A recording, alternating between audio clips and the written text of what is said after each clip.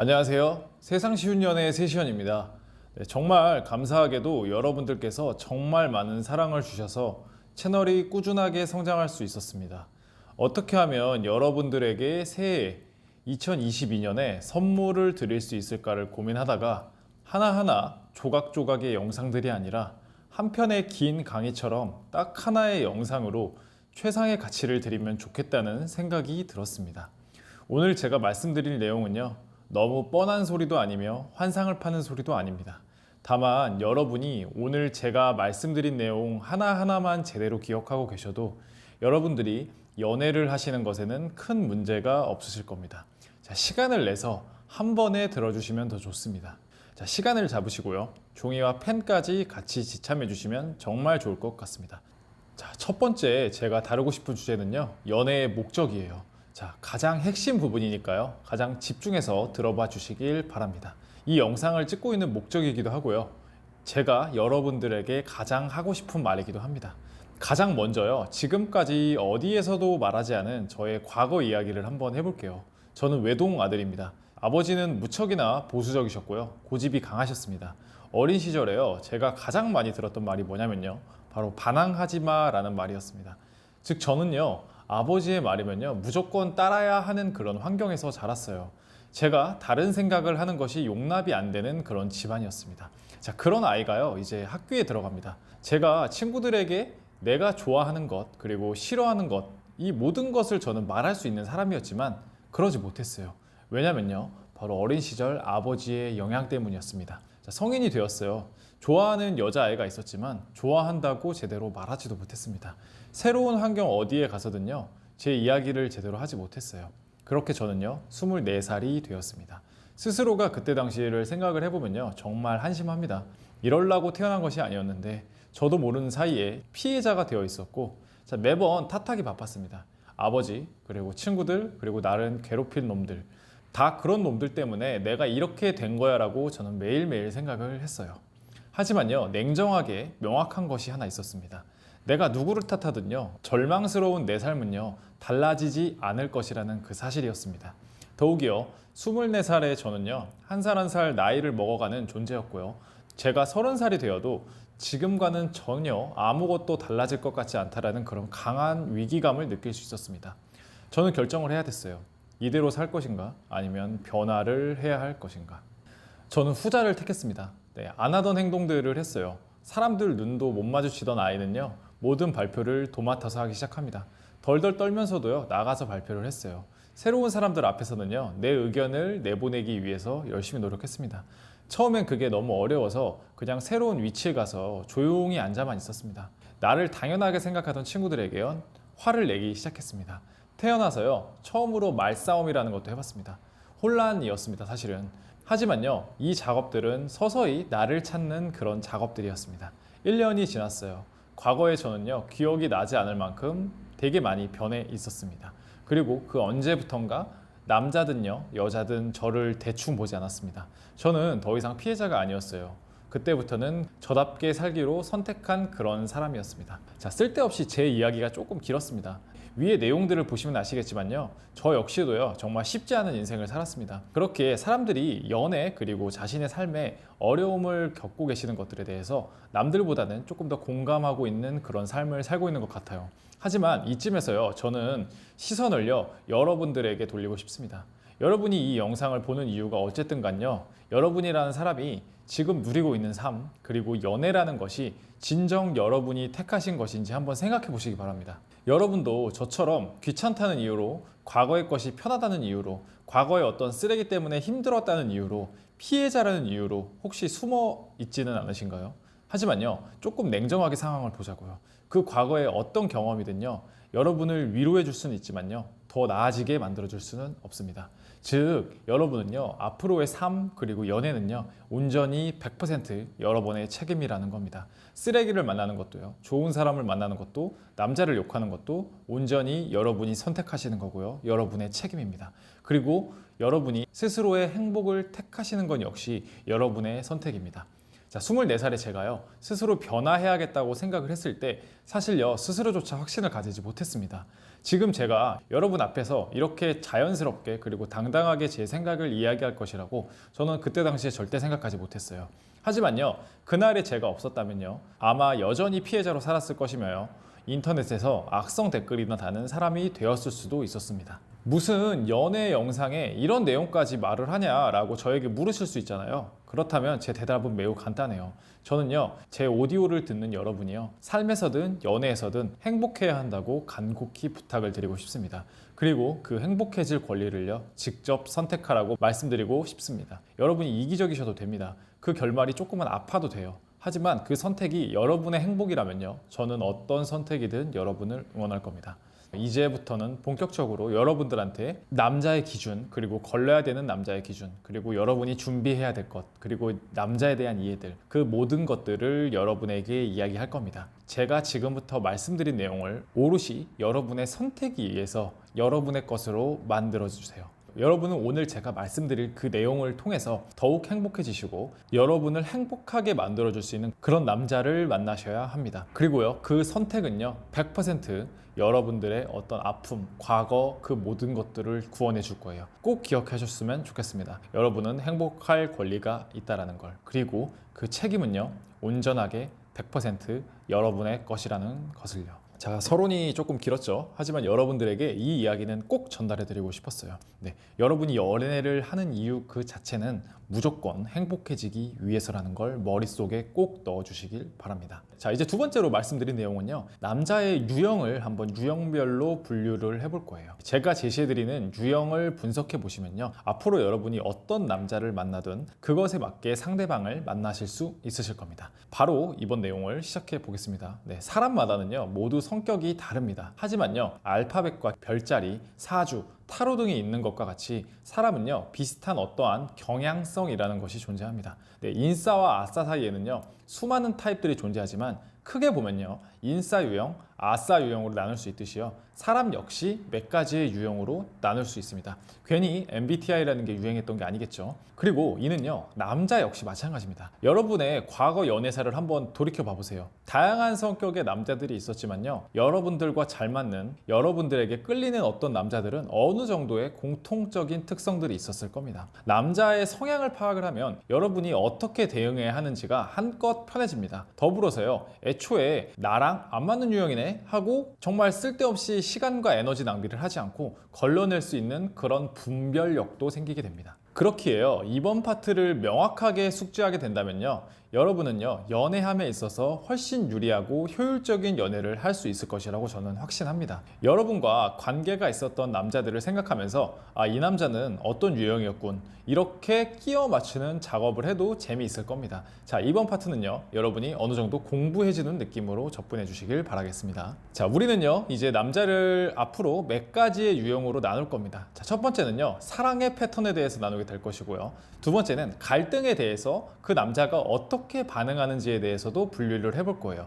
이 두 가지의 분류를 통해서요, 서로 중첩되는 것이 있을 수도 있고요, 아예 독립적으로 사람을 판단할 수도 있습니다. 말이 어렵죠? 네, 조금 더 쉽게 하나하나 세부적으로 파헤쳐 보도록 하겠습니다. 첫 번째 제가 말씀드릴 부분은 바로 사랑의 패턴인데요, 네, 남자가 사랑을 하게 되면요, 보통 세 가지의 유형으로 나뉩니다. 첫 번째는 바로 애정 결핍형이고요, 두 번째는 회피형입니다. 그리고 마지막 세 번째는요, 애정 결핍형과 회피형이 혼합된 결핍 회피형이에요. 하나하나 상세하게 이야기를 해보도록 하겠습니다. 네, 첫 번째는 바로 애정 결핍형인데요, 애정 결핍형은 연애를 통해서 사랑을 충분히 제공하고 받기를 원하는 사람들입니다. 사람은요, 누구나 타인에게 인정을 받고 싶어 합니다. 자, 그렇기에 사랑하는 사람에게 애정을 충족받고 싶은 것은 정도는 다르지만요, 모두들 가지고 있습니다.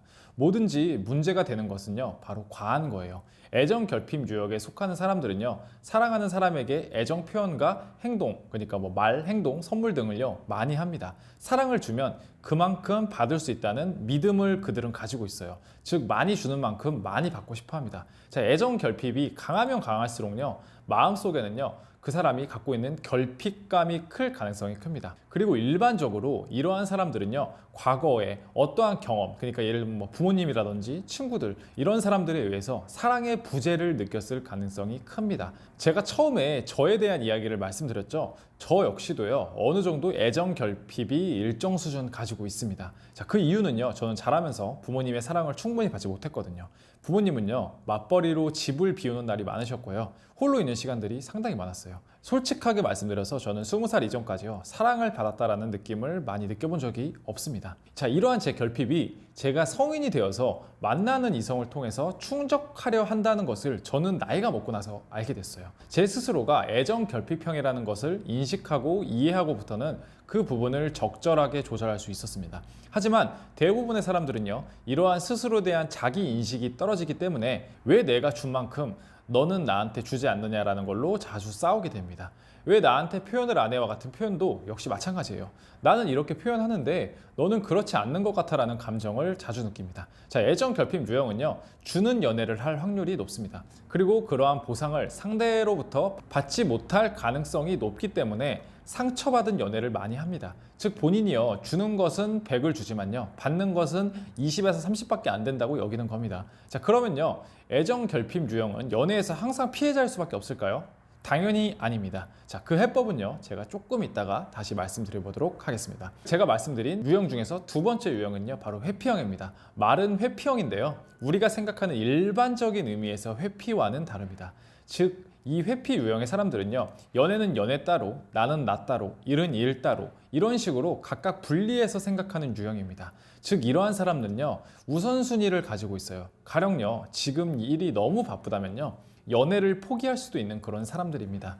일이 우선순위이고 연애는 부차 순위이기 때문입니다. 자, 회피 정도가 강하면 강할수록요, 삶에서 연애가 차지하는 비율은 적어집니다. 하루에 연락이 거의 없거나 자기 생활 그 자체를 모두 보장받길 원하는 자유로운 연애주의를 하는 사람들은요, 대부분 회피 유형입니다. 자신의 취미 생활이나 하고 싶은 것에 투자하는 경향성이 매우 강해요. 즉, 삶에서 가장 1순위는 자기 자신인 사람들인 겁니다. 우리가 수많은 컨설팅을 하면서 가장 흔한 연애 갈등 패턴이 여자는 애정 결핍형인데 남자는 바로 회피형인 경우예요. 이 남자가 자신을 사랑하는지도 모르겠고 표현 자체도 거의 없다와 같은 식의 문제점을 이야기를 하십니다. 사실요, 회피형은요, 나름대로 자기만의 사랑을 상대방한테 표현하고 있는 거예요. 하지만 그 유형 자체가 다르기 때문에 서로 소통이 안 되는 겁니다. 당연히 누구의 잘잘못은 아니에요. 그냥 안 맞는 것이죠. 회피 유형은요, 그렇기에 연애 상대로는요, 솔직하게 말씀드리지만 적합한 유형은 아닙니다. 당연히 자신의 삶을 충실하게 하는 것은 무조건 필요하고 중요합니다. 하지만 회피 유형 정도가 강하면 강할수록요, 연애 상대로는 더욱 적합하지 않습니다. 연애라는 것은요, 애초에 희생이 매우 중요한 것이기 때문입니다. 자, 서로의 감정과 시간을 상대에게 투자하겠다고 약속하는 것이 바로 연애인데요, 그런 부분에 대해서 양보가 없는 것은요, 자기 스스로가 연애할 준비가 안 됐으라고 말하는 것과 똑같습니다. 간단히 저의 예를 들어보면요, 저는 애정 결핍형과 회피형 둘 다 모두 가지고 있습니다. 많은 사람들이 그 비율은 다르지만 두 부분을 동시에 가지고 있어요. 저는요, 연애라는 것은 투자라는 개념을 가지고 있기 때문에요, 저의 삶을 중요하게 생각하면서도 충분히 상대방을 위해서 시간을 냅니다. 더불어서 과거에 애정 결핍형 성향을 가지고 있기 때문에 상대에게 표현도 많이 하는 편이에요. 하지만요, 연락이나 이런 부분은요, 2~3시간에 한 번씩 하기도 하고 아침 저녁만 하기도 합니다. 물론 쓸데없는 행동을 하지는 않아요. 하지만 그냥 패턴이 이렇다는 겁니다. 즉, 회피형은요, 타인이 보기에는요, 조금 이기적으로 느껴질 수 있어요. 더불어서 상대방에게 표현하는 방식 역시 조금은 서투릅니다. 표현을 잘 못하기 때문에 나쁜 남자 아닌가? 와 같은 오해를 살 수 있게 됩니다. 하지만요, 대부분은요, 본인의 시간 자체를 중요하게 생각하기 때문에 오는 오해입니다. 자, 세 번째 말씀드린 유형은 결핍과 회피형이 혼합된 그런 유형이에요. 이 유형은요, 사실 결핍 정도 그리고 회피 정도를 어느 정도씩 가지고 결합되어 있느냐가 중요합니다. 자, 낮은 수준으로 유지되면 상관이 없는데요, 두 부분 모두 적지 않은 수준으로 가지고 있다면 문제가 문제가 됩니다. 이 사람들은요, 기본적으로 무슨 생각을 하는지 예측하기가 매우 어려워요. 어떨 때는요, 되게 감정적이 되고 어떨 때는 매우 차갑습니다. 마치 초등학생이 떼를 부리는 느낌과 같이 되게 변덕이 심합니다. 사실 애정 결핍 유형보다 더 힘든 유형이 바로 이 유형이에요. 상대방이 어떤 특성인지 예측이 안 되기 때문에 내가 어떻게 대처해야지와 같은 행동 방침을 세우기가 매우 어렵습니다. 예상되지 않는 것은요, 필연적으로 불안감을 가지고 옵니다. 이성을 만나면서 불안감까지 느낄 정도면요, 그것을 진정한 연애라고 할 수 있을까요? 그렇기 때문에요, 개인적으로 생각하기에 가장 어렵고 기피할 대상은요, 바로 이 결합 플러스 회피 유형이라고 생각을 합니다. 이제 우리는 세 가지의 유형을 통해서 남자의 유형에 대해서 한번 알아봤어요. 그 맞춤별, 상대가 이러한 성향이 갖고 있을 때 어떻게 해야 되는지까지 한번 제가 말씀을 드려보겠습니다. 자, 우리는요, 위에서 회피, 결핍, 그리고 회피 플러스 결핍 유형에 대해서 알아봤어요.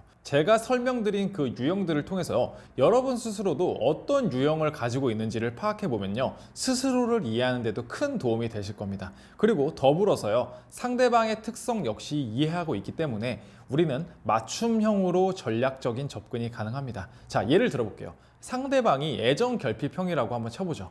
상대방이 여러분의 표현의 빈도수에 대해서 문제를 삼고 있다면요, 여러분은요, 그 빈도수를 그냥 채워주면 됩니다. 혹은요, 갑작스러운 선물과 같은 것으로 상대방을 감동시켜주면요, 그 효과는 2배가 됩니다. 만약 상대방이 강한 애정 결핍 유형이라면 사실 만나면 만날수록 힘들어질 가능성이 높습니다. 여러분에게 높은 기대감을 가지고 있기 때문에 여러분은 항상 그걸 충족해야 한다는 부담감을 느끼게 될 거예요. 사랑이라는 것은요, 누군가에게는 표현을 많이 하고 많이 보는 것이지만요, 누군가에게는 그 사람을 만났을 때 잘하고 그 사람과 발전하는 느낌을 가져가는 것 자체로 여길 수 있기 때문입니다. 만약 여러분이 애정 결핍 유형이라면 회피 유형을 만나면 상처를 받을 가능성이 매우 큽니다. 만약에요, 여러분이요, 여러분의 커리어나 취미 생활, 일들이 중요할 수 있어요. 만약 그렇다면요, 애정 결핍 유형은요, 상극입니다. 여러분이 여러분의 삶에 더 집중할수록 상대방은요, 자기를 사랑하지 않는다라고 이야기할 가능성이 매우 큽니다. 그렇기에요, 회피 유형은요, 같은 회피 유형을 만나는 것이 가장 좋습니다. 같은 회피 유형끼리는 서로의 시간을 충분히 존중해주는 관계이기 때문에 자신의 삶과 사랑의 밸런스를 맞춰 나갈 수 있습니다. 자, 가장 중요한 것은요, 본인이 어떤 유형인지 아는 것입니다. 그리고 어디까지 스스로가 감당할 수 있는가에 대해서 스스로 생각해 보셔야 합니다. 만약 본인이요, 생각하기에 2일에서 3일에 한 번씩 안 만나면 그건 도저히 용납할 수 없다라고 생각이 드시면요, 회피 유형을 절대 만나시면 안 됩니다. 100%의 확률로 시간이 지나면 상처만 받을 것이기 때문이죠. 자, 지피지기면 백전백승입니다. 자기 자신을 파악하고요, 상대방을 만나보세요. 여러분은 회피 유형인가요? 아니면 애정 결핍 유형인가요? 더불어서 상대방이 가진 특성을 활용해서요, 그 부분만 채워주면요, 더욱 행복한 연애를 할 수 있을 겁니다. 두 번째 제가 나눌 유형은요, 갈등에 대한 유형이에요. 즉, 커플은요, 무조건 싸우게 됩니다. 사실 이건 되게 당연한 거예요. 서로 다른 환경, 생각, 행동을 해온 사람이 만나서 다툼이 없다는 것은요, 오히려 위험합니다. 스스로 계속 참아가고 있을 것이고 참다가는 언젠간 무조건 터지기 때문입니다. 자, 우리가요, 다름을 다름으로 인식하는 뇌가 내 머릿속에 있었다면 저는요, 성인 군자가 되었겠지만 아쉽게도 저에게는 그런 능력은 없었습니다. 너무 다른 사람은 아니 무슨 생각으로 저런 행동을 하지? 이해가 안 되네 와 같은 식으로 다가오게 됩니다. 즉, 다름이 아니라 틀림으로 다가온다는 거예요. 연애가 어느 정도는 희생이 필요하다고 해도 그것이 나랑 맞지 않는 사람을 만나서 고생해야 한다는 것을 의미하지는 않습니다. 우리가 갈등 유형을 파악함으로써 앞으로 이러한 수고를 덜어냄과 동시에 해결책을 얻을 수 있게 될 겁니다. 또한 사랑에 대한 방식과 마찬가지로 스스로에 대해 이해함으로써 더 나은 사람이 될 수 있을 겁니다. 자, 한번 살펴보도록 하겠습니다. 이 갈등 상황에서 첫 번째 유형은요, 바로 즉시 해결형이에요. 지금 풀어, 말 그대로 이 문제는 지금 그 자리에서 즉시 풀어야 되는 유형입니다. 답답한 것을 싫어합니다.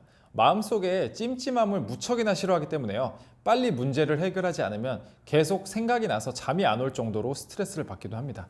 이런 유형은요, 쌓아두는 것 그 자체를 무척이나 싫어합니다. 일반적으로 남성성이 강할수록 이런 확률이 높습니다. 이성적보다는 감정적인 확률이 높기에 정도가 심해지면요, 다혈질일 가능성이 높습니다. 상대방에 대한 배려심 또한 조금 떨어집니다.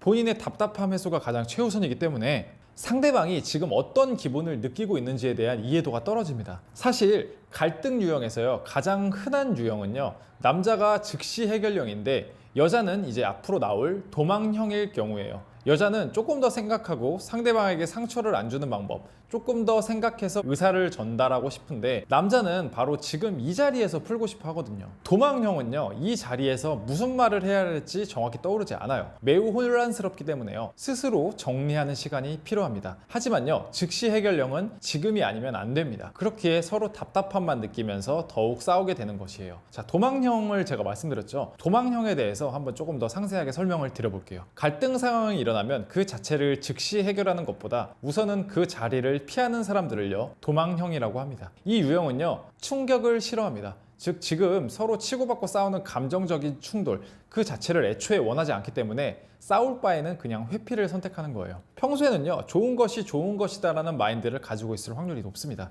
유들유들한 성격들을 가지고 있기 때문에요, 지금 당장은 스트레스를 받을 일도 시간이 지나면 까먹거나 그 스트레스의 강도가 줄어듭니다. 즉, 지금 매우 화가 났어도 하루만 지나도 그 스트레스의 강도가 절반 이하로 줄어들기도 합니다. 사실요, 제가 이런 유형이에요. 저는요, 지금 화나는 일이 생기면 그 즉시 풀지는 않습니다. 풀려고 해도 충돌을 원하지 않기 때문에 오히려 자리를 피하는 경우가 많습니다. 다만 하루 정도 지나면요, 이미 어느 정도 감정이나 스트레스가 풀려 있어요. 그래서 이후에 사과를 해야 할 경우나 화해를 할 때 어제보다 훨씬 더 쉽게 하게 됩니다. 왜냐면요, 처음에 들었던 갈등적인 파괴적인 생각들이 이미 사라져 버렸기 때문이에요. 이러한 유형을 이해한다면요, 말다툼이나 논쟁이 있을 때 그 즉시 해결하기보다는 그 사람에게 단순히 시간만 주는 것만으로도 훨씬 더 원활하게 갈등을 풀어낼 수 있습니다. 지금 즉시 해결해를 이 유형들에게 이야기하면요, 여러분에 대해서는요, 말이 안 통하는 사람으로 판단을 해버립니다. 시간 그것 자체만 주어지면요, 많은 것들이 별것이 아니게 되는 유형이 바로 이런 유형입니다. 자, 마지막 세 번째 유형은요, 인내형입니다. 자, 학교를 다니면요, 이런 친구들이 있을 거예요. 평소엔 조용조용하고 착합니다. 그런데 어느 순간 갑자기 폭발을 하면요, 세상 누구보다 무서워지는 사람, 바로 이런 유형이 인내 유형입니다. 이 사람들은 자기가 참는다라는 생각이 기본 베이스입니다. 하지만 참는 것에는 당연히 한계가 있어요. 이 한계치가 넘어갔을 때 자신이 제어할 수 없는 그런 분노가 나옵니다. 자신의 화를 주체할 수 없는 상황까지 바로 가버린 거예요. 사실요, 술 먹으면 폭력적으로 변하는 사람도 마찬가지입니다. 제 친구 중에는요, 평소에는 세상 누구보다 착한데요, 술만 먹으면 감정이 올라와서 주변 사람들 그리고 친구들과 수없이 많이 싸우는 그런 친구가 있습니다. 이 친구의 평소 특성은요, 남을 잘 맞춰준다는 거예요. 잘 맞춰주기에 많이 참고요, 화도 내지 않습니다. 하지만 이 사람의 무의식에는요, 참고에서 한계치를 넘어가서 폭발 상태로 도달하는 것입니다. 이런 사람들은요, 평소에는 멀쩡하지만요, 최소한 한 번 이상 그 참은 것을요, 폭발시키는 것을 여러분도 보셨을 겁니다. 자, 우리는요, 이제 갈등에 대해서 세 가지 유형으로 나눠봤어요. 자, 그러면 이 사람들을 어떻게 대응하고 상대해야 되는지 우리가 알아야겠죠. 역시 중요한 거는요, 내가 어떤 유형에 속하는지 이해할 수 있어야 돼요. 우선 스스로가요, 즉시 해결형인지 도망형인지 아니면 인내형인지 파악할 수 있어야 됩니다. 그리고 나서는 상대의 특성에 맞게 전략적인 대응을 하는 거예요. 이번에는 거꾸로부터 하나씩 파악해 볼게요. 자, 인내형은요, 평소에는 입으로는 괜찮다고 이야기하기 때문에 갈등 해결을 하기가 매우 어렵습니다. 이러한 유형에는요, 여러분이 미끼를 평소에 미리미리 던지는 것이 중요합니다. 자, 괜찮으니까 솔직하게 조금 어려운 부분이 있으면 말해줘도 괜찮다 라는 식으로 이야기를 한번 전달해 보세요. 이러한 유형에는요, 왜 이렇게 다혈질이야 라고 이야기할 것이 아니라 평소에 미리미리 대화가 내가 가능하다라는 뉘앙스를 비춰야 됩니다. 그랬을 때만이 자신이 평소에 이야기를 해도 괜찮다라는 것을 인지하고 대화를 하기 시작할 거예요. 갈등이 생겼을 때, 그리고 이야기를 했을 때 고맙다는 이야기를 전달해 주는 거, 이거 매우 좋습니다.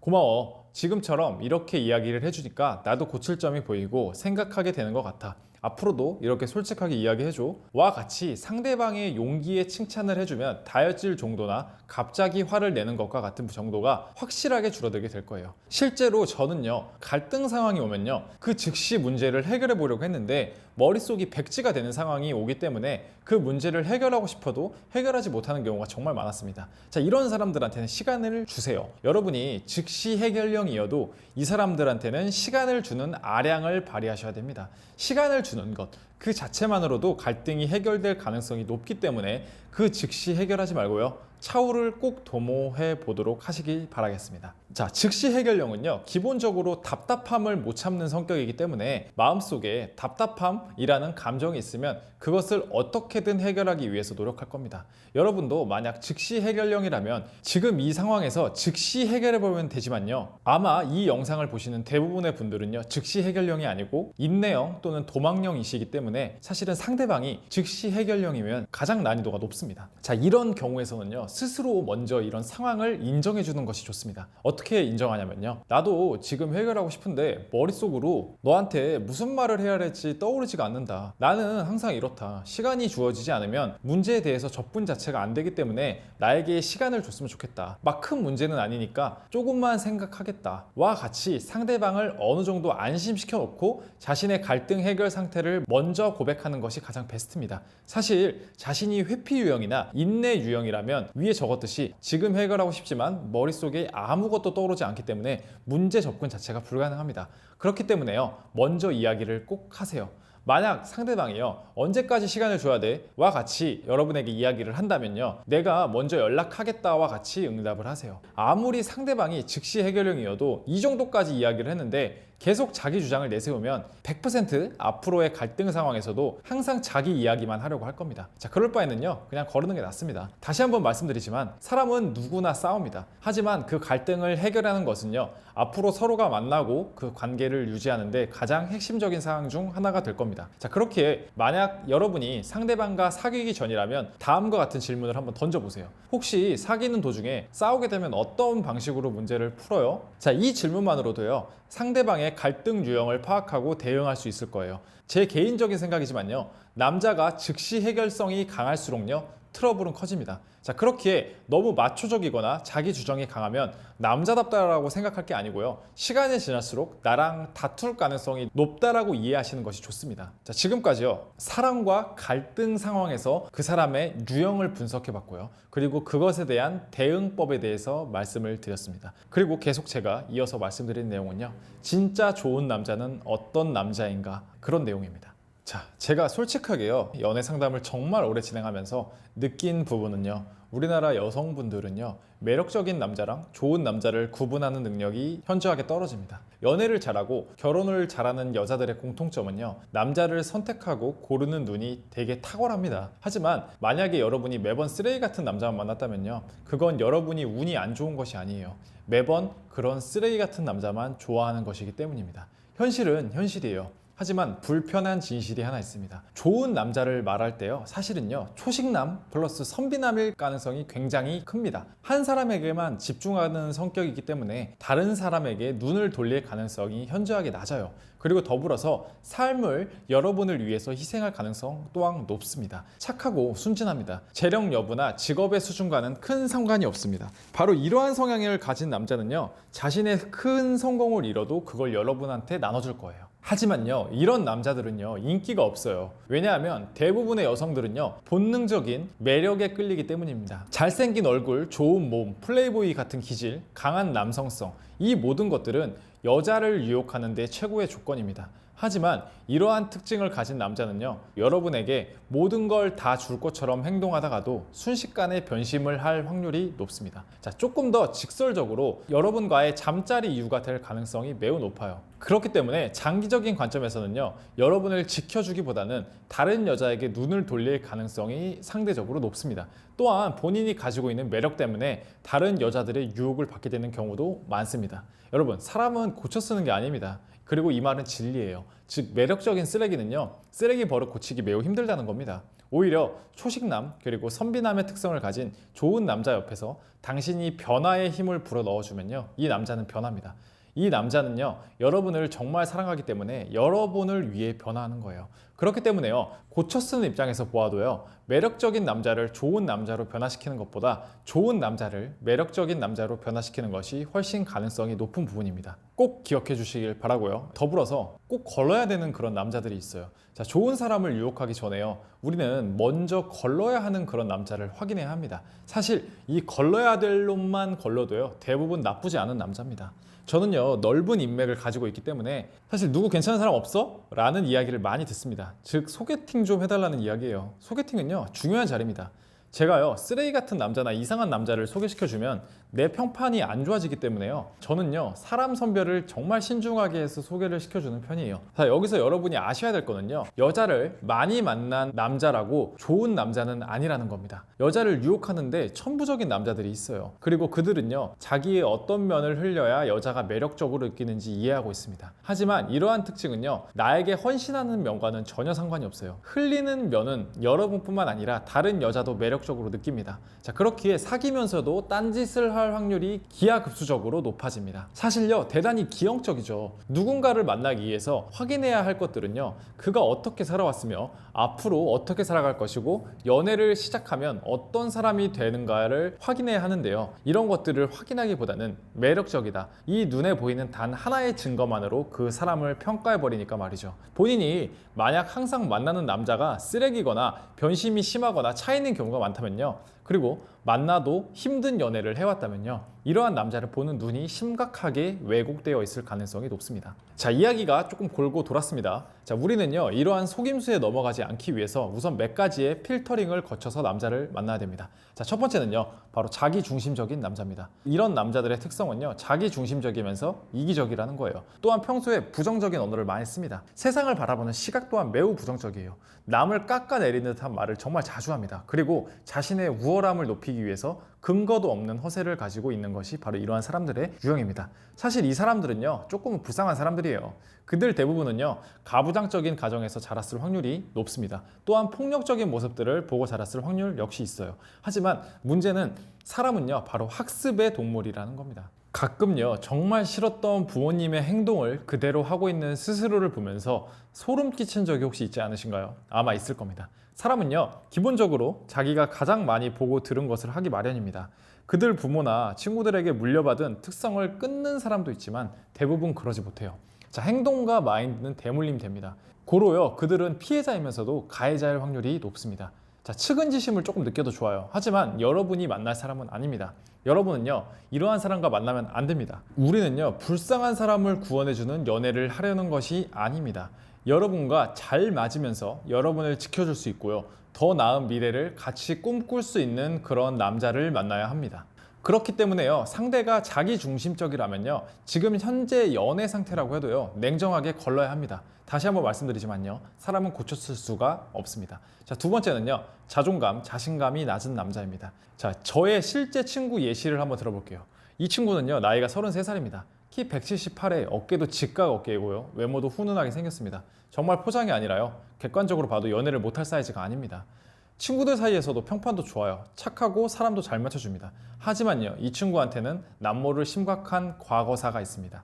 이 친구는요, 어려서부터 누나로부터 심하게 학대를 받아왔어요. 동생을 막대하는 누나 때문에 여자에 대해서 공포심을 가지고 살게 되었고요, 당연히 자신감, 자존감 측면에서도 남들 앞에서 자신을 온전히 당당히 드러내지 못하게 되었습니다. 그렇기에 이성을 만나서도 자기 이야기는 온전히 하지 못한 채 항상 듣기만 하는 그런 귀친구 역할만 하였어요. 자, 이 친구의 나이는 이제 33살입니다. 적지 않은 나이인데요, 20살일 때나 지금이나 이 친구의 마음 상태는 똑같습니다. 에이, 내가 뭐가 되겠어? 포기했어. 와 같은 말을 입에 달고 삽니다. 이런 사람 옆에 여러분이 있다고 한번 쳐볼게요. 미래는 기대도 되지 않을 거면서요, 만나면요, 축 처지는 느낌만 느끼게 될 겁니다.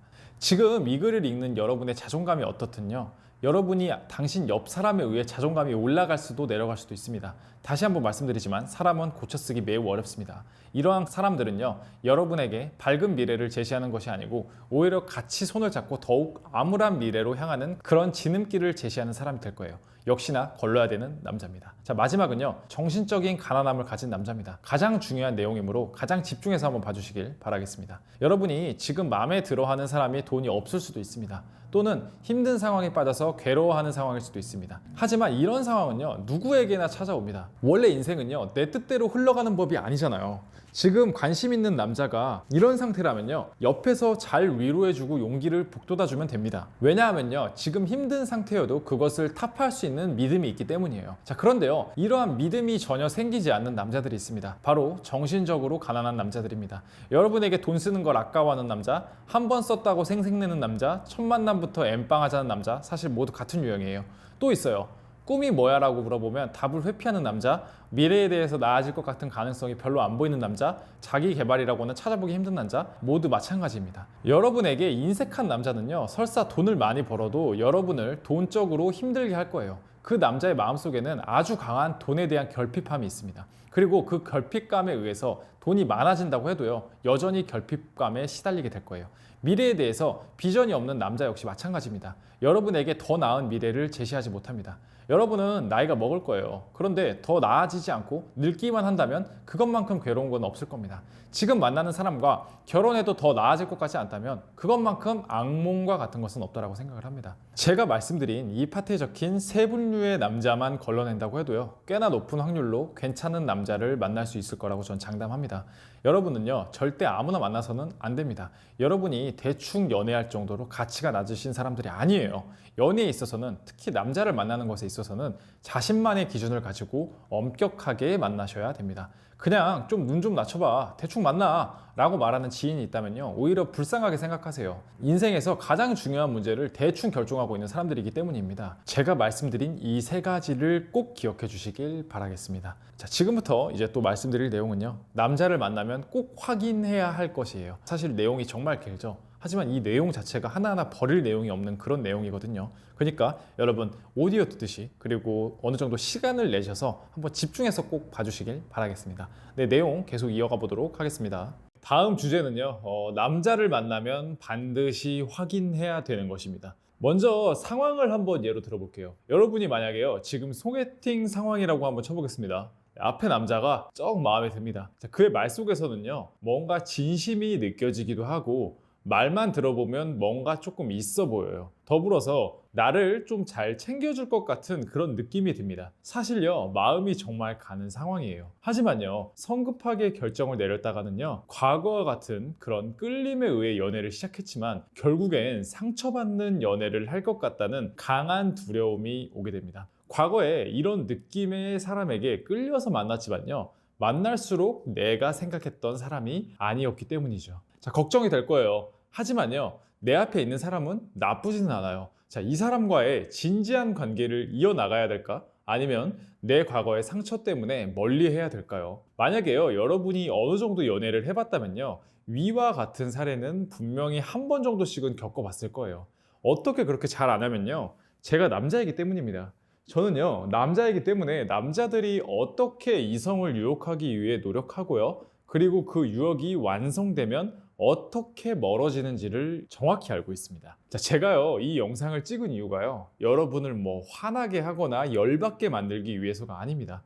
저는요, 이 글을 읽고 있는 여러분이요, 성공적인 남자를 만나는 것에 가장 큰 중점을 두고 있어요. 자, 그러면요, 항상 좋은 이야기만 할 수는 없어요. 여러분을요, 위로해 드릴 수도 있고 용기를 북돋아 줄 수도 있지만, 사실은요, 남자 그 자체의 동물적인 특성을 이해해야만요, 여러분은요, 남자를 조금 더 구워 삶아 먹을 수 있게 될 겁니다. 자, 동물적 특성이라는 건요, 본능을 의미합니다. 여러분 앞에 있는 남자가 쓰레기여서 이상한 행동을 하는 것이 아니라요, 본능에 의해서 그냥 그렇게 행동하는 경우가 사실은 거의 대부분이에요.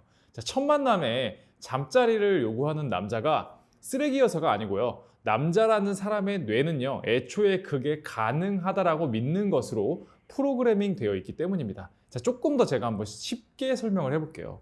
자, 남자라는 동물은요, 눈앞에 있는 이성을요, 잠재적인 연인 또는 잠자리 가능성이 있는 사람이라고 생각을 하면요, 몸에서요, 도파민이라는 호르몬 수치가 급격하게 올라갑니다. 이 호르몬 작용에 의해서 남자는요, 앞에 있는 여성을 향해서 온갖 유혹 행위들을 시도해요. 뭐 허세를 부릴 수도 있고 자랑을 할 수도 있고 뭐 그럴싸한 말들을 할 수도 있고요. 스킨십, 아이 컨택, 이 모든 것들이 사람에 따라 차이는 있지만요, 여러분을 바로 유혹하기 위한 행위들입니다.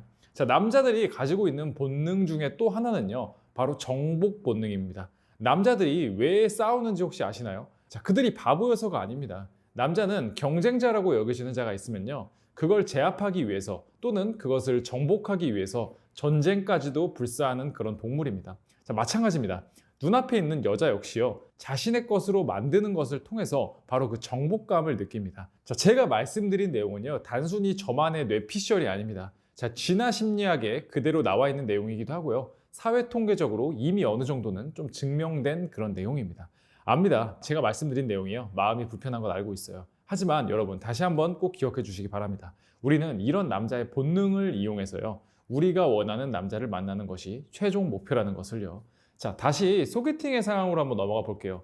여러분을 유혹하기 위해 온갖 행위를 하는 그 남자는요, 여러분이 정말로 마음에 들었을 수도 있고 아니면 마음에 든 척 할 수도 있어요. 남자는요, 마음이 없어도 앞에 있는 여자랑 잠자리를 할 수 있습니다. 다시 한번 말씀드리지만 남자들이 쓰레기여서가 아닙니다. 이거는 그냥 수컷으로서의 본능이며 우리는 항상요, 이러한 호르몬의 영향을 받기 때문에 벗어나기가 매우 매우 힘들어요. 물론 제가 말씀드린 게요, 100% 남자가 모두 이렇다고 말씀드리는 건 절대 아닙니다. 그래서요, 남자들은 온갖 유혹행위를 하다가도 잠자리를 하게 되면요, 바로 변화하기도 합니다. 정복 본능에 의해서 정복감을 느꼈고 사랑이 없어도 잘 수 있는 본능을 가지고 있기 때문에 그 목적을 모두 달성한 남자는 다시 원래대로 돌아가는 거죠. 우리는요, 이러한 남자의 특성을 역이용해야 합니다. 앞으로 우리는요, 다양한 전략들을 통해서 남자의 이러한 특성들을 모두 무력화할 거예요. 정말 기대해도 좋습니다. 내용 바로 한번 말씀드려볼게요. 자, 당장요, 이 남자랑 사귀기 전에요, 이 사람이 정말로 어떠한 사람인지 정확히 모르기 때문에 우리는 사전 질문을 통해서 이 사람이 누구인지 유추할 수 있어야 합니다. 그리고 이 부분에서 버벅대거나 확신이 없는 사람이라면요, 어느 정도 걸러내도 좋습니다. 자, 총 질문은요, 이 세 가지를 꼭 던지시는 거예요. 자, 첫 번째는요, 퇴근 후에는 보통 무엇을 하세요? 또는 쉬는 날은 어떻게 지내세요? 라는 질문을 던져보시고요. 두 번째는요, 학창시절, 그러니까 중학교, 고등학교, 대학교 때는 어떤 사람이었어요? 라는 질문을 던져보세요. 그리고 마지막은요, 미래에 꿈 같은 게 혹시 있으신가요? 라는 질문을 던져보시는 겁니다. 여러분이 마음에 드는 사람과 이상적인 미래를 꿈꾸고 있다면 반드시 이 세 가지 질문을 해야 합니다. 자, 그 이유를 지금부터 한번 말해드리도록 할게요. 첫 번째 질문은요, 그 사람의 라이프 스타일을 엿볼 수 있는 질문입니다. 자, 퇴근 후에 쉬는 편이에요. 주말에는 보통 집에서 TV 봐요라고 하는 남자의 삶을 한번 생각해 보자고요. 과연 더 나아지는 미래를 기대할 수 있을까요? 물론 남자의 직업이 이미 대기업을 다니거나 사자로 끝나는 직업을 가지고 있다면요, 예외예요. 이미 그 직업을 가지기 위해서 정말 큰 노력을 한 사람이기 때문에 앞으로도 자신의 목표를 위해서라면 노력할 사람이기 때문입니다. 하지만 실제적으로 변변치 않은 직업을 가진 사람이 그걸 업그레이드하지 않기 위해 노력한다면요, 아마 더 나은 미래를 예상하기는 쉽지 않을 겁니다. 그렇기 때문에 이 부분에서 선뜻 대답을 못하거나요, 발전적인 것들을 가지고 있지 않은 사람은요, 사실은 피하는 것이 좋습니다. 자, 1번을 한번 통과했다고 쳐볼게요. 이제 두 번째 질문입니다. 제가 계속 반복해서 말씀드렸던 말 기억하시나요? 사람은요, 고쳐 쓰는 것이 아닙니다. 2번 질문을 통해서 그 사람의 현재와 미래를 추측할 수 있게 됩니다. 더불어서 2번에 대한 대답을 들으면 1번은 더욱더 확실해집니다. 자, 어렸을 때부터 대충 살았던 사람은요, 나이가 먹어서도 대충 삽니다. 그렇기 때문에 1번 라이프 스타일 부분에서도 크게 나아질 것이 없어요. 원래 열심히 살았던 사람들은요, 그 뿌리부터, 즉 늦어도 대학교 때부터는요, 어떠한 목표점을 가지고 살게 됩니다. 저는요, 남중남고를 나왔어요. 자, 그렇기 때문에 남자들의 과거와 현재 그리고 미래에 대해서 누구보다 많이 공부하고 연구를 했습니다. 그리고 바로 옆에서 그들을 봐왔어요. 그러니까 제 말을 믿으셔도 됩니다. 갑자기 변하는 사람도 있어요. 제대로 살아야지 라는 생각이 들어서 뽕 맞은 듯이요, 정말 변하는 사람도 있습니다. 하지만 그것은요, 통계적으로 5% 이하입니다. 나머지 95%는 과거에 가진 생각 그대로 삽니다. 생각은요, 행동으로 이어집니다. 즉 과거처럼 그대로 산다라는 거예요. 그렇기 때문에 1번과 2번을 통해서는요, 여러분은요, 이 사람의 과거를 통해서 현재를 볼 수 있고 미래 역시 어느 정도 추측을 할 수 있게 됩니다. 자, 여기까지 통과가 됐다면요, 조금 더 직접적인 질문을 할 필요가 있습니다. 바로 그 사람의 미래 계획을 물어보는 거예요. 자, 너무 속보이지 않게 꿈이라는 단어를 쓰면요, 그 의미 역시 부담스럽지 않게 전달할 수 있습니다. 자, 제가 만난 대부분의 남자들은요, 참 조금 슬프지만 꿈이 별로 없어요. 아니, 조금 더 직설적으로 미래에 대해서 어떻게 살아야 할지에 대한 계획이 크게 없습니다. 자, 그들이 잘생겼거나 또는 좋은 피지컬, 육체적인 피지컬을 가지고 있다면 여러분한테는 그 정도밖에 제공해주지 못한다는 거예요. 여러분이랑 더 나은 미래, 행복감, 부와 같은 것들을 제공해주지 못한다는 거죠. 여러분이요, 혹시 미래에 대한 꿈이 있어요? 라고 질문을 했을 때 머뭇거리거나 조금 엉성한 답이 나오면요, 역시나 미래에 대해서 계획성이 매우 부족한 상태라는 거예요. 사람들은요, 누구나 가면을 씁니다. 그렇기 때문에요, 당장 내 앞에 있는 남자가 그 사람의 진짜 모습이라고 생각하는 것은 어느 정도 착각일 수 있어요. 하지만 우리는요, 이 세 가지의 질문을 통해서 그 사람의 과거와 현재, 미래를 바라봄으로써 그 사람의 실체에 대해서 접근을 할 수 있습니다. 다시 한번 말씀드리지만요, 여러분은요, 현재의 상태뿐만 아니라 미래 역시 기대되는 사람을 만나야 합니다. 자, 그렇기 때문에요, 과감하게 기준에 도달하지 못하는 사람은 걸러야 합니다. 여러분은요, 반드시 그래야 하고 충분히 그러한 자격을 갖춘 사람이라는 걸 꼭 기억해 주시길 바라겠습니다. 자, 조금 더 제가 직설적인 이야기를 한번 해볼게요. 자, 남자한테요, 과연 섹스는 어떤 의미인지에 대해서 이야기를 할 거예요. 이거를 꼭 이해하셔야지 남자가 나랑 잠자리를 하고 싶었을 때 어떤 행동을 하는지, 그리고 그걸 통해서 내가 어떻게 행동을 해야 되는지까지 알 수 있게 됩니다. 제가 아까 말씀드리는 것처럼요, 남자가 가지고 있는 지배 본능에 대해서 이제 어느 정도 이해를 했습니다. 남자는요, 지배 본능과 동시에 내 앞에 있는 여자를 내가 컨트롤하고 싶어하는 그런 소유욕을 가지고 있습니다. 그 지배와 소유의 끝은요, 바로 잠자리, 즉 섹스입니다. 남자는요, 사정을 하는 순간에 본능적으로요, 이 사람을 지배했다와 유사한 생각들을 하게 됩니다. 그렇기 때문에 잠자리는요, 단순히 몸을 섞었다를 넘어서는 의미를 가지게 됩니다. 여자 입장에서요, 이 사람과 잠자리를 했다는 것은 전부를 준 것이나 사실은 다름이 없거든요. 여러분이요, 성에 대해서 자유로운 관점을 가지고 있다면요, 사실 크게 상관은 없지만요, 그렇지 않다면요, 오히려 여러분은요, 이제 잠자리를요, 교섭, 즉 협상의 영역으로 어느 정도는 생각을 하셔야 됩니다. 당연히 이 협상으로서의 잠자리가요, 둘 사이가 안정적으로 접어든 것이 아닌 사귀기 전 아니면 사귀고 나서 초반부에 대한 그런 이야기입니다. 자, 둘 사이가 안정기에 들어서면요, 더 좋은 잠자리를 가지기 위해 노력을 해야 됩니다. 스킨십만큼이나요, 서로를 강하게 느끼는 방법은 없다라고 저는 생각을 해요. 하지만 둘 사이의 관계가 거의 극초반이라면 이야기는 달라집니다. 자, 제가 말씀드릴 지침은 매우 간단해요. 초반부에는요, 잠자리에 대해서 보수적인 느낌을 전달을 하세요. 남자의 본능에 역행하는 행동을 하라는 이야기입니다. 다만 여기서 여러분이 이야기해야 할 건요, 그냥 스킨십, 잠자리는 다 싫다 이런 느낌이 아니라요, 나는 정말 내가 좋아하는 사람과 잠자리를 하고 싶다라는 뉘앙스를 명확하게 드러내는 겁니다. 선색후사라고 하죠. 네, 먼저 이제 잠자리를 하고 후에 사귄다라는 말이 자주 사용되고 있지만요, 이는요, 여자 입장에서는요, 사실은 매우 불리한 포지션입니다. 속궁합은요, 당연히 물론 엄청 중요합니다. 이 부분에 대해서는요, 대부분의 사람들이 아마 동의할 거예요. 하지만 초반부라면요, 그것이 단순히 맞고 안 맞고가 아니고 남자의 본능적인 측면, 그러니까 지배욕과 소유욕이죠. 이게 더욱 강하기 때문에요, 어떤 것이 그 남자의 마음인지를 파악해내는 것이 필요합니다. 처음에는요, 잠자리를 한번 거부해보세요. 대신요, 이야기할 때 반드시 이렇게 해주세요. 나도 스킨십을 좋아한다. 다만 조금 준비가 필요하다라는 식으로 여지를 주는 것이 정말 중요합니다. 여기서 만약에 표정이 싹 변하거나 떼쓰는 남자들이 있을 수 있어요. 이런 남자들은요, 높은 확률로 여러분을요, 성적 대상으로 보고 있을 확률이 매우 큽니다. 여러분이요, 지속적으로 잠자리를 거부하면 그것은 정말 큰 문제예요. 남자 입장에서는요, 정말 남성성을 상실하는 것 같은 느낌을 느끼기 때문입니다. 하지만 처음 잠자리에 대해서 신중한 입장을 보이는데요, 그것에 대해서 만약 심각한 반응을 보인다면 아무리 상식적으로 생각해도 사실 그게 조금 이상한 거 아닐까요? 다시 한번 강조드리지만 거부할 때는요, 여지를 남기는 것이 중요합니다. 남자들은요, 섹스를요, 이제 거절당하면 강하게 자존심에 타격을 입습니다. 자신의 남성적인 측면이 매력이 없다고 여긴단 말이에요. 그렇기 때문에 왜 내가 지금 잠자리에 대해서 조심스러운지에 대해서 타당하게 설명을 해줘야 그 부분이 해소가 됩니다. 이렇게 한번 전달을 해보세요. 나도 스킨십 좋아한다. 하지만 지금은 조금 이르다. 나도 조금은 준비할 시간을 주면 좋겠다. 더 근사한 날에 더 아름답게 우리가 시간을 보내도록 하자 와 같이 전달을 한다면 여러분은 할 말을 다 한 거예요. 여기서 삐지거나 표정이 이상해지거나 뾰루뚱해진다? 한다면 그게 이상한 거죠. 그런 남자는 그냥 걸으세요. 가령요, 나 아무것도 안 할 테니까 그냥 껴안고 있고 싶다라는 식으로 제안하는 남자가 있을 수 있어요. 하지만 이 역시 거부할 필요가 있습니다. 남자와 여자가요, 모텔에서 단둘이 껴안고 있는데 불끈하지 않은 남자는 거의 존재하지 않습니다.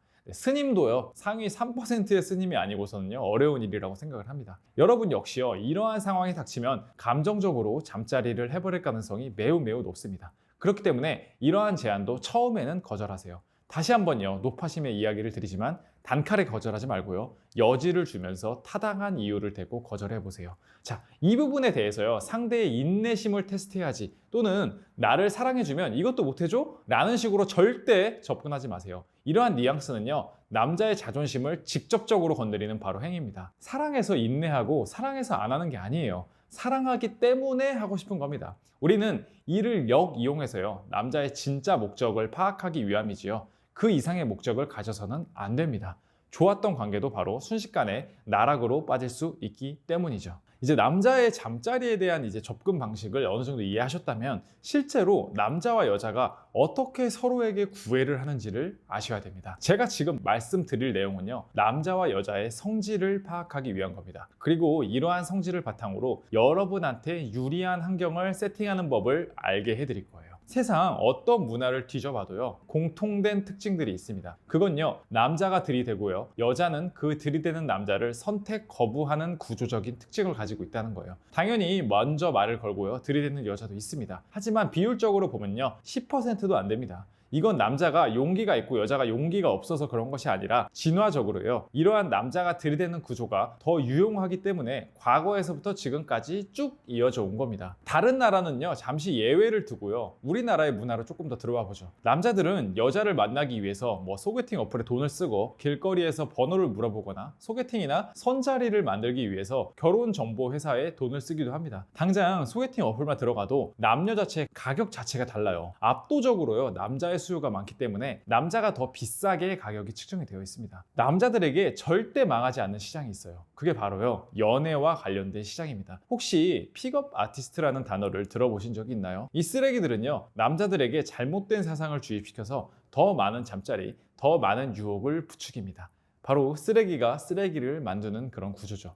왜 이런 말도 안 되는 것이 사라지지 않을까요? 좀 더 고상한 동기를 이야기할 필요도 없이요, 잠자리와 연애에 대해서 남자들이 가지고 있는 강한 욕구가 여자가 상상한 이상이라는 것을 단적으로 의미를 합니다. 어쨌든요, 남자는요, 이성을 찾는데 엄청난 노력을 기울이고 있습니다. 자, 연애를 위해서 노력하는 남자는요, 깔리고 깔린 데에 비해서 여자는요, 그렇게까지 노력하지 않으니까요, 당연히 수요와 공급 측면에서 불균형이 생길 수밖에 없습니다. 즉, 여러분은요, 유리할 수밖에 없는 구조예요.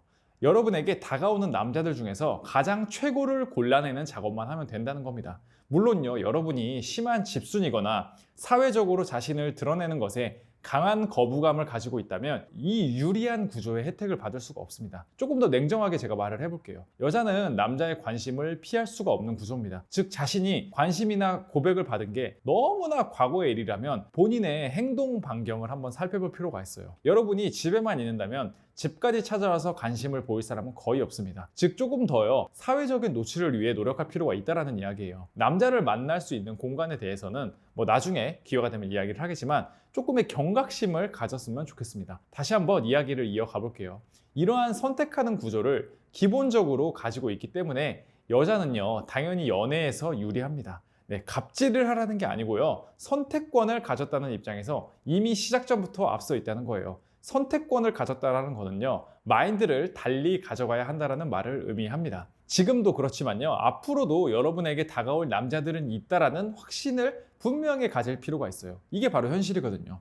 여러분의 상태가 아니라 애초에 남녀 구조가 그렇게 짜여 있습니다. 우리는요, 이러한 상황을 반드시 역이용해야 됩니다. 지금도 그렇고요, 앞으로도 그렇고, 남자는요, 여러분에게 구애하기 위해 접근할 거예요. 그럴 때는요, 너무 외로워서 그냥 좋아 보여서 아무나 사귀지는 말라는 거예요. 선택의 기회가 있는데 그걸 생각하지 않고 섣부른 선택을 하냐는 겁니다. 만약 지금 사귀고 있지 않은 상태에서 연락하는 남자가 한 명이라면요, 그 선택의 가지수를 조금 더 늘리셔도 상관없습니다. 언제나 대원칙은요, 여러분이 선택하는 것이 되셔야 됩니다. 지금 다가오는 남자가 없다고 실망하지 마세요. 더불어서 다가오는 남자를 절대요, 성급하게 선택하지도 마세요. 여러분에게 계속해서 남자는 다가올 테니까 말이죠. 결국 우리의 문제는요, 얼마나 많은 남자가 다가오냐가 아니고 누구를 선택하느냐가 가장 중요한 그런 핵심이 될 겁니다. 자, 이러한 상황에서요, 정말로 이제 그 남자가 괜찮은지 안 괜찮은지에 대해서 제가 한 가지 팁을 더 말씀을 드려볼게요. 제가요, 정말 강력하게 믿는 그런 법칙이 하나 있습니다. 그건요, 바로 끼리끼리 논다라는 말이에요. 자, 수준을 낮춰서 말하는 것이 아니고요. 정말 특수한 케이스가 아니면요, 이 법칙은요, 대부분의 상황에 들어맞습니다. 자, 학창 시절로 돌아가 볼게요. 정말 노는 친구들은요, 노는 친구들끼리 놉니다. 공부 잘하는 놈들은요, 대부분 공부 잘하는 놈들끼리 의견을 주고받습니다. 심지어 학원에서는요, 공부 잘하는 사람들끼리 반을 묶어 놓습니다. 자, 실제로요, 설득의 심리학이라는 책을 보면요, 거기에서 질 안 좋은 애들이랑 어울리지 마라라는 것이 사회 통계적으로 매우 의미가 있고 사실적으로 입증된 말이라는 것을 확인할 수 있어요. 실제요, 중고등학교의 친구들 중에서 질이 좋지 않은 사람들과 어울릴수록요, 학업, 성취 등 모든 면에서 뒤떨어지는 그런 결과가 나왔습니다. 여러분의 친구들 역시 마찬가지예요. 그냥 한두 번 만나는 친구가 아니라 정말로 친한 친구의 특성을 보면요, 여러분과 매우 유사하게 닮아 있습니다. 저는요, 어떤 사람과 결혼하는 게 좋나요? 라는 질문을 많이 받아요. 그러면요, 100% 다음과 같은 이야기를 합니다. 친구 같은 남자랑 결혼하세요. 막 설렘도 아무것도 없고요, 쌍욕을 하는 그런 사이랑 결혼하라는 뜻이 아닙니다. 자기랑 관심사, 유머 코드 등이 비슷해서 그냥 아무것도 안 해도 편한 사람들이 있어요. 서로의 생활 패턴이나 행동들을 충분히 이해하고 있다는 거죠. 저도요, 오히려 정말 친한 친구들이랑 매일 연락을 주고받지는 않아요. 그냥 가끔 연락해도 괜찮습니다. 그리고 정말 오랜만에 만나도 정말 아무렇지가 않아요. 서로 충분히 공유하고 있는 것들이 있기 때문입니다. 그런 면에서요, 여러분은요, 이 사실을 믿어도 됩니다. 끼리끼리 어울린다라는 말을.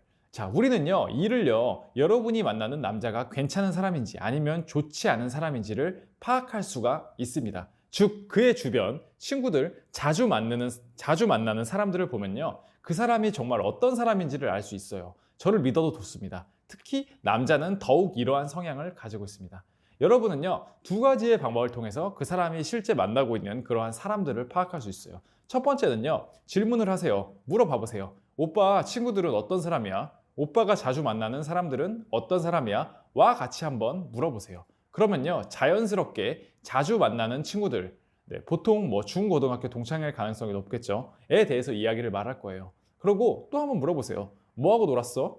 요새 만나면 뭐하고 놀아? 와 같은 추가 질문을 던져보세요. 아마 자연스럽게 이 질문으로 넘어가게 될 겁니다. 그러면요, 간접적으로 자주 만나는 친구들이요, 어떤 사람인지 알 수 있게 됩니다. 상대방은요, 친구들을 통해서 자신이 어떤 사람인지 파악하고 있다는 것을 정말 꿈에도 모를 거예요.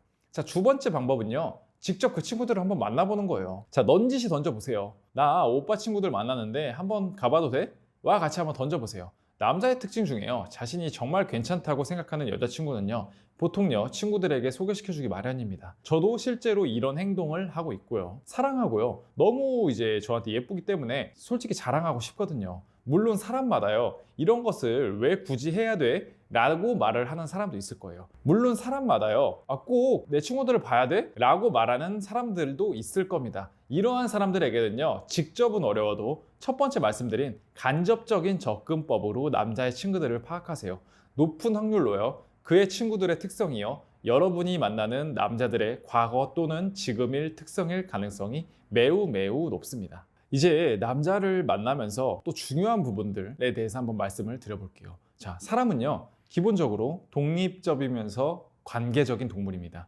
쉽게 말해서요, 한없이 외로움을 느끼면서도 너무 많은 사람을 만나면요, 오히려 혼자 있고 싶어하는 존재라는 거예요. 그리고 이 정도는요, 사람마다 조금 다릅니다. 인싸 성격을 가진 사람은요, 조금 더 관계지향적인 성격을 가지고 있습니다. 혼자 있는 것보다는요, 사람들을 만나면서 에너지를 얻습니다. 반면에요, 저 같은 이제 내성적인 사람은요, 너무 많은 사람을 만나면 오히려 에너지 고갈이 옵니다. 저는요, 반드시 저만의 휴식 공간, 그리고 쉬는 공간이 필요합니다. 그리고 이 범위는요, 오로지 저 혼자만을 위한 공간이에요. 그때 저는요, 다시 체력을 회복하고 일상으로 돌아갈 수 있습니다. 자, 쉬는 날 뭐해? 라는 이야기를 하면요, 대부분의 사람들은요, 이성 친구가 있으면요, 이성 친구 만나지 라는 식으로 이야기를 합니다. 하지만요, 저는요, 이성 친구를 만나는 것이 진정한 의미의 휴식이라고 솔직히 생각하지 않아요. 왜냐면요, 이성 친구를 만나는 것 역시 에너지를 필요로 하기 때문입니다. 붕괴하고 있을 여러분들을 위해서 제가 조금 더 한번 쉽게 설명을 해볼게요. 여러분이 남자친구를 만난다고 하면요, 어디서 만날지, 만나서 무엇을 할지, 그리고 만나는 당일은 조금 더 일찍 준비를 해야 되고 옷도 신경 써야 할 겁니다. 만나서는 한 장소에만 있지는 않을 것이기 때문에 이동과 또 이동을 할 것이고 서로 여러 가지 대화를 나눌 거예요. 운이 좋지 않으면요, 말다툼이 조금 있을 수도 있어요. 행복하고요, 즐거움을 느꼈지만 이내 집으로 돌아오는 길에는요, 긴장감이 풀리면서 피로감도 느낄 수 있습니다. 아무리 나랑 가장 가까운 내 편이 내 남자친구, 여자친구라고 이야기를 하지만 정말로 내 불알 친구, 그러니까 가장 가까운 친구들을 만나듯이 내 모든 것을 보여주기도 매우 힘들어요. 자, 그렇기 때문에 적당히 나를 포장하는데도 에너지가 필요합니다. 자, 야근에 지친 남자가요, 가끔 주말이 되었을 때요, 나 이번 주에는 조금 쉬고 싶어. 혹시 다음 주에 만나면 안 될까? 라고 여러분한테 말한다면요, 그건요, 정말로 애정이 식어서 그런 게 아닙니다. 이 남자는요, 제가 말하는 진정한 휴식, 즉 편안한 자기만의 공간을 원하고 있는 거예요. 자, 부부가 되었을 때도 마찬가지입니다. 서로는요, 가장 의지하는 존재이지만요, 때로는 각자의 공간이 필요합니다. 그 공간은요, 물리적 공간이기도 하면서 마음의 공간이기도 합니다. 이 공간들을요, 서로 이해해 주었을 때요, 관계는 더욱 깊어집니다. 같이 공유한다고 넓어지는 것이 아니에요. 때로는 그의 시간을 온전히 보존해 줬을 때 그때 관계는 더욱더 좋아집니다. 여러분 역시 마찬가지일 거예요. 남자친구가 해결해 줄 수 없는 문제가 있을 때 남자가 아무리 자신한테 털어놓으라고 이야기를 해도 친구에게 제대로 털어놓는 것이 더 위로가 되고 더 스트레스가 풀릴 때가 있을 겁니다. 그건 역시 각자만의 공간입니다. 자, 서로는요, 가장 필요한 존재이지만요, 가끔은 서로만의 시간을 충분히 이해해줘야 하는 그런 존재들입니다.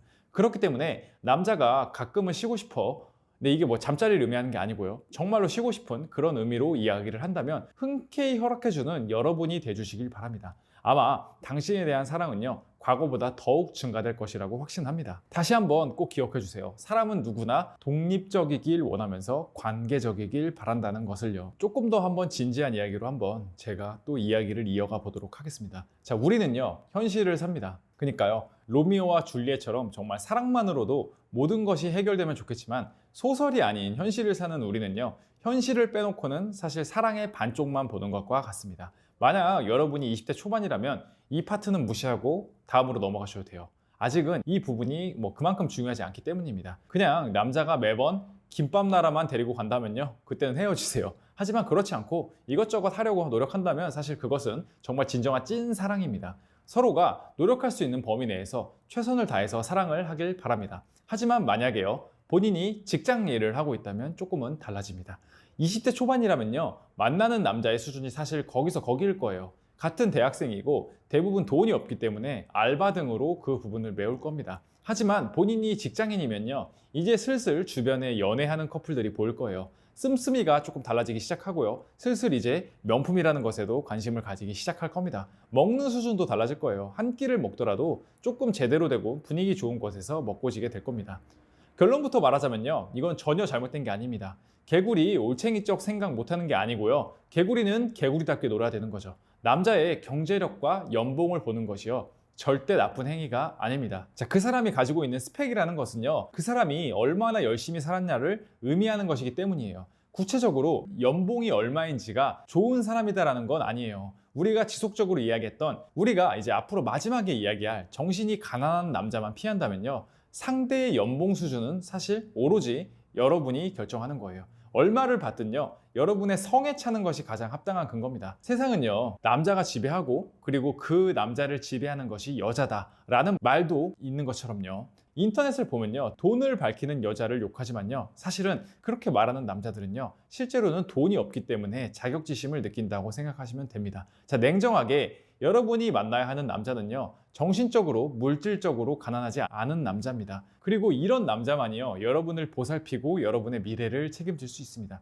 하지만 초면부터 연봉이 어떻게 되세요? 라고 묻기에는 사회 통념상 사실 실례죠. 자, 그렇기 때문에 우리는 간접 질문을 통해서 그 남자의 현재 연봉, 그리고 그가 누리고 있는 것들에 대해서 알아가게 될 겁니다. 자, 이 질문들은요, 무조건 간접적으로 접근해야 됩니다. 남자가 기본적으로 능력이라는 것에 상당히 민감합니다. 내가 능력이 없다라는 것을 상대가 아는 것만큼요, 수치심을 느끼는 게 없습니다. 그렇기에 우리는 그 수치심을 건드리지 않으면서 그 사람의 수준을 파악하는 법을 제가 말씀드릴 거예요.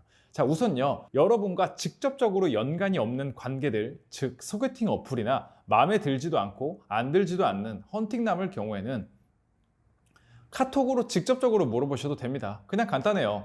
제가 어린 나이가 아닌지라 실례가 안 되면 혹시 회사는 어디 다니세요?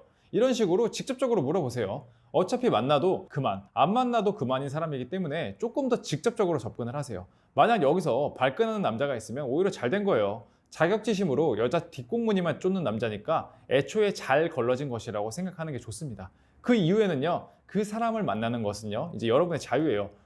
경제적인 지위가 경제적인 지위가 나쁘지 않은 것 같고 대화해보니까 이상한 사람이 아닌 것 같다면 밥 한 끼 얻어먹으러 그냥 다녀오세요. 네. 자, 조금 더 한번 나아가 보겠습니다. 만약 애초에 여러분이랑 연락하는 남자가 조금은 마음에 드는 상태일 수 있어요. 마음이 가게 되면요, 조금 조심스러워지는 건 되게 당연합니다. 순간에 잘못된 핀트로 좋았던 분위기 모두 날려버릴 수 있기 때문입니다.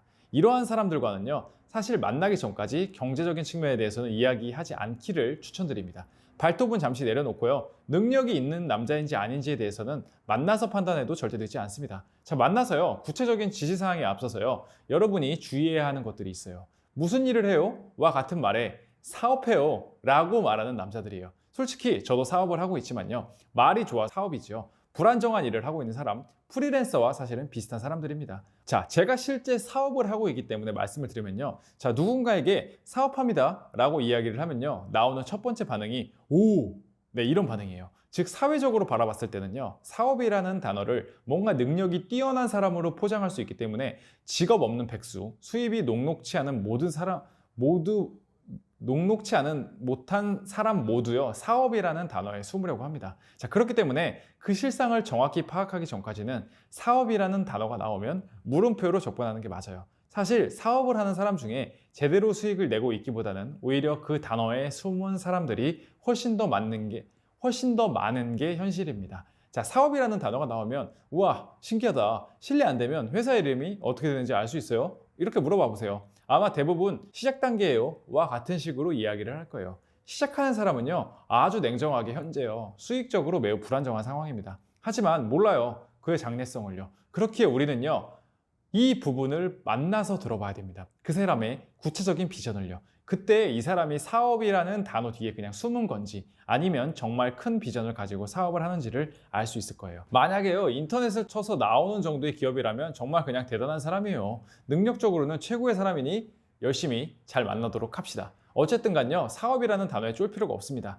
아무것도 없는 게 사실 대부분이라는 거예요. 자, 이러한 지침을 가지고 우리는 이제 여자랑 남자가 만나게 되었습니다. 여러분이 조금은 괜찮아하는 남자이거나 아니면 소개팅 상황이라고 쳐볼게요. 이 사람이 능력이 있는지 없는지를 파악하기 위해 대화 중에요, 다음과 같은 것을 한번 시도해 보세요. 우선은 가장 평상적인 질문으로 접근을 합니다. 혹시 무슨 일 하세요? 그럼 뭐 어쩌고저쩌고 이야기를 할 거예요. 여기에서부터가 이제 중요합니다. 우리는 여기에서 직접적인 접근이 아닌 간접적인 접근이 필요합니다. 자신 있는 남자라면요, A의 질문에 대답해서 회사 이름을 댈 거예요. 사실 저여도 마찬가지입니다. 제가 삼성전자에 다닌다면요, 뭐 삼성전자에 다닙니다 라고 이야기하지 그냥 국내 반도체 기업에 다녀요 라고 이야기를 하지는 않을 거기 때문이에요. 하지만 통계적으로 대기업이나 사자의 직업이 아닐 가능성이 매우 높습니다. 여러분도 알지 않나요? 그런 직업을 가지기는 하늘의 별 따기급이라는 것을. 자, 그러면요, 애매한 듯 말 듯 이야기를 한다면 조금 더 이어서 이야기를 해보세요. 와, 그러시구나. 일하시는 곳은 적성이랑 잘 맞으세요? 사실 뭐 A가 이렇게 물어보면요, 뭐 상대방이 사실 뭐 그냥 다니는 거죠, 뭐 거기에서 조금 더 나아가서 이직이나 뭐 이런 생각들은 없으신 편이에요? 뭐 이렇게 하면은 상대가 또 어떻게 이야기를 하겠죠. 자, 이 질문과 대답들을 보면요, 구체적인 회사 이름을 물어보거나 연봉을 물어보지는 않아요. 하지만 지금 하는 일에 대한 적성, 그리고 이직의 질문들을 통해서 지금 하는 일에 대해서 어떻게 생각하는지, 그리고 향후는 어떤 미래가 있는지를 볼 수 있어요. 만약 첫 질문에요, 내 적성에 잘 맞아서 만족해요 와 같은 대답을 한다면요, 현재 자신의 일을 만족하는 것과 더불어서 연봉적인 측면에서도 뭐 어느 정도 만족스러울 확률이 매우 높습니다. 여러분도 알다시피 일의 만족이라는 것은요, 적성 그리고 급여의 만족일 가능성이 높기 때문이죠.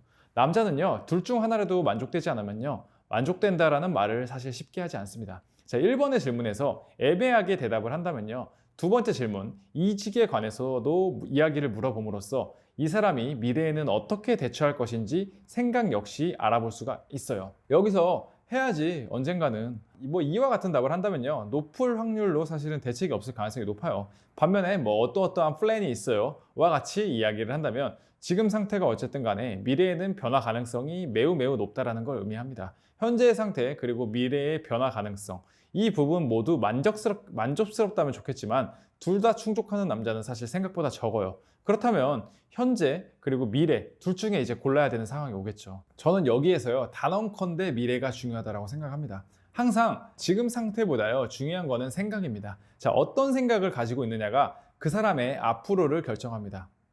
여러분이요 현명한 남자를 만나고 싶으면 현명한 눈을 가지셔야 돼요. 그리고 그것은요 눈앞에 있는 사람의 미래를 예측할 수 있는 눈이에요. 여러분은요 저보다 감이 뛰어나신 그런 여자예요. 눈앞에 있는 남자의 자신감, 말투, 표정, 아이 컨택 그리고 제가 제시한 질문들을 통해서 이 사람은 어떨 것이다 라는 감을 반드시 느끼게 될 거예요. 그리고 놀라울 정도로 그 확률은 꽤 정확합니다. 여자의 감은요 단순히 장난이 아니라 정말로 매우 높은 정확도를 가지고 있어요. 자, 지금 제가 말씀드린 내용은요 사실은 조금 세속적일 수도 있지만 정말 중요한 이야기라는 것은 부정할 수가 없습니다. 자, 서로의 현실적인 측면을 본다는 것은 사실은 저는 꼭 필요하다고 생각을 해요.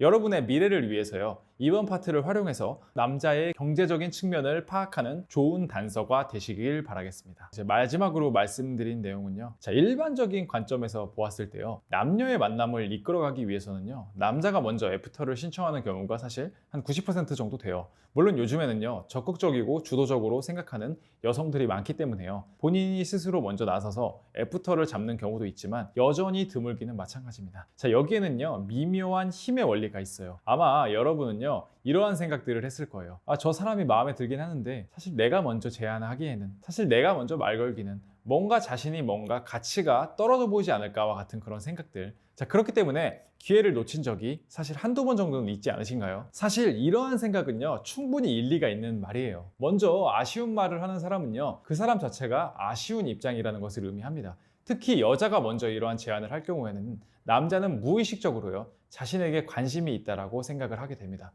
그렇기 때문에요 먼저 이제 애프터를 신청하시는 것보다는 오히려 애프터는 남자가 먼저 리드하게끔 편안한 상황을 만들어 주는 게 좋아요. 자, 거기에서는요 상대방에게 어느 정도 긍정적인 신호를 주는 것이 매우 중요합니다. 즉 이제 상대방이 제안을 해도 난 거절하지 않을 거야 와 같은 언어적이나 비언어적인 신호를 남자에게 보여줘야 됩니다. 가령 예를 들어서요 남자가 혹시 언제 시간 되세요? 라고 이야기를 하면요 날짜를 봐야 돼요 와 같은 애매한 답보다는 평일이 조금 더 좋을 것 같아요 와 같은 긍정적이고 구체적인 답변들이 필요하다는 거예요.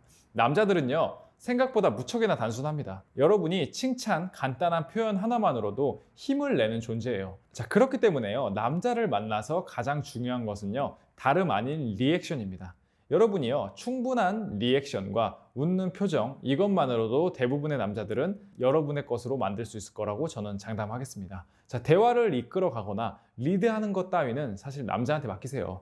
여러분은요 그에 상응하는 리액션만 보내주시면 됩니다. 즉 여러분이 적절한 리액션과 더불어 괜찮은 남자를 선별하는 바로 그 작업만 있으면 됩니다. 자, 선별 작업을 위해서는요 제가 지금까지 말씀드렸던 그 모든 것들을 다시 한번 참고해 주시면 되세요.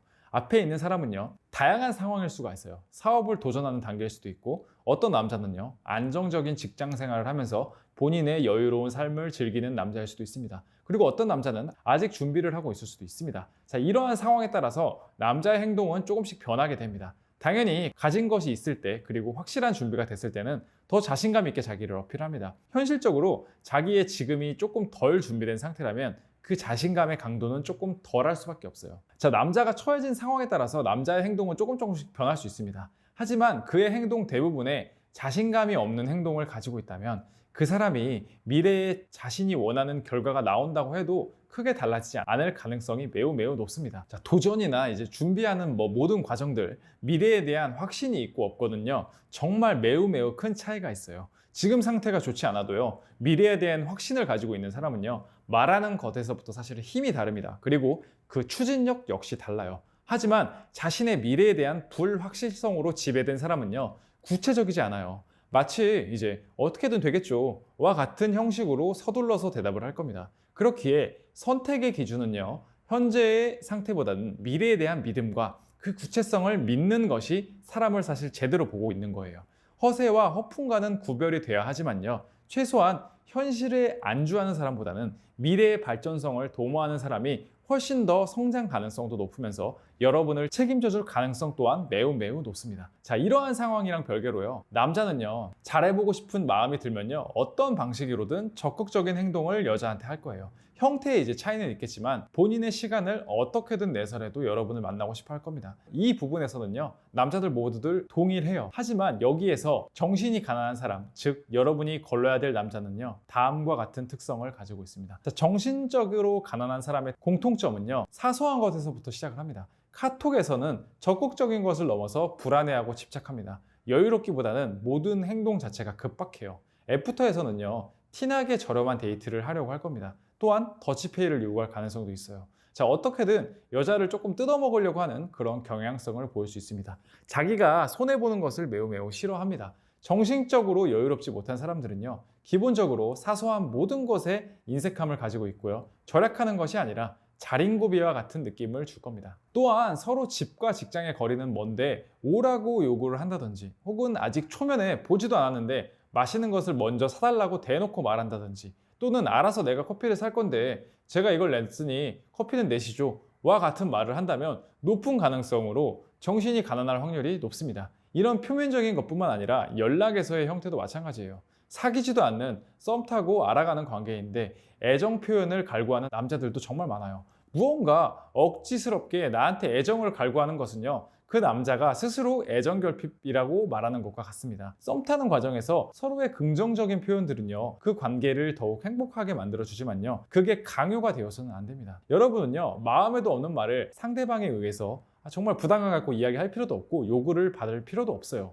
그럴 때는요, 저는 아직은 부담스럽네요 라고와 같은 식으로 꼭 전달을 하세요. 여기에 삐지는 사람이 있으면요, 오히려 잘 된 거예요. 정신이 가난한 사람이니까요. 그 어떤 상황이든요, 어거지로 한다는 느낌을 서로 주고받아서는 안 됩니다. 자, 이런 사람과 연애를 시작하면요, 굉장히 자기 중심적이고 이기적으로 여러분을 대할 가능성이 높기 때문에 꼭 피하는 것이 좋습니다. 다시 한번 강조드리지만요, 모든 상황에서 정신이 가난한 사람은 정말 최악입니다. 오늘 제가 말씀드린 내용은요, 이성을 만나서 어떻게 행동을 해라, 어떻게 행동을 한 게 좋은 것이다, 안 좋은 것이다, 이런 내용은 아니에요. 하지만요, 오늘 제가 말씀드린 그 구체적인 내용들을 다시 한번 꼭 상기해 주시면요, 이성을 만나서 이 사람이 좋은 사람인지 나쁜 사람인지에 대해서는 100% 정말 높은 확률로 걸러내실 수 있으실 거예요. 그리고 거기에서 내가 어떻게 행동해야 되는지, 그리고 어떤 행동을 하지 말아야 되는지까지 명확하게 이해하실 수 있으실 겁니다. 오늘 제가 말씀드린 내용은요, 정말 구체적이고요, 어디에서도 이렇게 자세하게 다룬 내용은 아마 없을 겁니다.